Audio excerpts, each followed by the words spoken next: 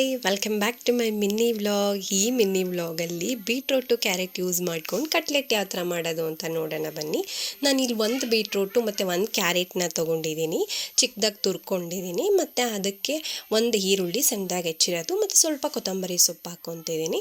ಆಮೇಲೆ ಸ್ವಲ್ಪ ಕರಿಬೇವನ್ನ ಕಟ್ ಮಾಡಿ ಹಾಕ್ಕೊತಾ ಇದ್ದೀನಿ.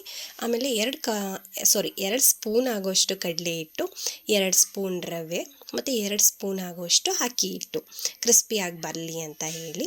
ಮತ್ತು ಒಂದು ಸ್ವಲ್ಪ ಚಾಟ್ ಮಸಾಲ, ಒಂದು ಸ್ವಲ್ಪ ಗರಂ ಮಸಾಲ, 1 ಸ್ಪೂನಷ್ಟು ಚಿಲ್ಲಿ ಪೌಡ್ರು ಮತ್ತು 1 ಸ್ಪೂನು ಧನಿಯಾ ಪೌಡ್ರು, ಇಷ್ಟನ್ನು ಹಾಕಿ ಚೆನ್ನಾಗಿ ಮಿಕ್ಸ್ ಮಾಡಿಕೊಂಡು ಆಮೇಲೆ ರುಚಿಗೆ ತಕ್ಕಷ್ಟು ಉಪ್ಪು. ಡಿಫ್ರೆಂಟಾಗಿರಲಿ ಅಂತ ಹೇಳಿ ನಾನಿಲ್ಲಿ ಕಾಯಿ ತುರಿ ಕೂಡ ಯೂಸ್ ಮಾಡ್ತಿದ್ದೀನಿ, ಒಂದು ಸ್ವಲ್ಪ ಹಾಕ್ಕೊತಿದ್ದೀನಿ. ನಾನು ಫಸ್ಟ್ ಟೈಮ್ ಮಾಡ್ತಿರೋದು, ಯಾವ ಥರ ಬರುತ್ತೆ ಅಂತ ಗೊತ್ತಿಲ್ಲದೇ ಟ್ರೈ ಮಾಡಿದೆ. ಬಟ್ ಔಟ್ಕಮ್ ಅಂತೂ ತುಂಬ ಸಕ್ಕತ್ತಾಗಿ ಬಂದಿತ್ತು. ನೀವು ಒಂದ್ಸರಿ ಟ್ರೈ ಮಾಡಿ. ನೀರೇನೂ ಹಾಕೋ ಅವಶ್ಯಕತೆ ಇಲ್ಲ, ನೀಟಾಗಿ ಬೈಂಡಿಂಗ್ ಆಗುತ್ತೆ.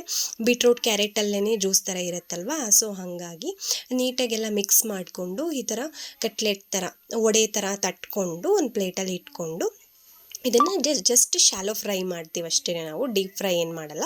ಒಂದು ತವ ಕಾಯ್ದ ಮೇಲೆ ಒಂದು 2ರಿಂದ 3 ಟೇಬಲ್ ಸ್ಪೂನ್ ಆಯಿಲ್ ಹಾಕಿ ಅದರ ಮೇಲೆ ಸ್ವಲ್ಪ ಎಳ್ಳು ಹಾಕಿ ಈ ಕಟ್ಲೆಟ್ಗಳನ್ನೆಲ್ಲ ಅದ್ರ ಮೇಲಿಟ್ಟು ಎರಡೂ ಸೈಡು ಚೆನ್ನಾಗಿ ಬೇಯಿಸ್ಕೊಂಡ್ರೆ ತುಂಬ ಟೇಸ್ಟಿಯಾಗಿರೋ ಕಟ್ಲೆಟ್ ರೆಡಿ ಆಗಿಬಿಡುತ್ತೆ. ಅದು ಬೀಟ್ರೂಟು ಕ್ಯಾರೆಟ್ ಅಂತ ಗೊತ್ತೇ ಆಗಲ್ಲ, ಅಷ್ಟು ಟೇಸ್ಟಿಯಾಗಿರುತ್ತೆ. ನನ್ನ ಮಗನಿಗಂತೂ ತುಂಬ ಇಷ್ಟ ಆಯಿತು. ಅವ್ನು ಯಾವ ಥರ ರಿಯಾಕ್ಟ್ ಮಾಡಿದ್ದಾನೆ ನೋಡಿ. ತಿನ್ನೋಡು ಹೇಗಿದೆ ಅಂತ.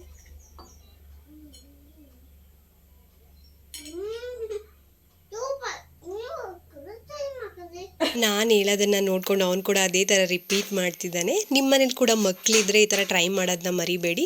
ಟೇಸ್ಟಿಯಾಗಿರುತ್ತೆ, ತರಕಾರಿನ ತಿನ್ನಂಗೂ ಇರುತ್ತೆ. ಮತ್ತೆ ಇನ್ನೊಂದು ಮಿನಿ ವ್ಲಾಗಲ್ಲಿ ಸಿಗ್ತೀನಿ. Thank you for watching. Bye, take care.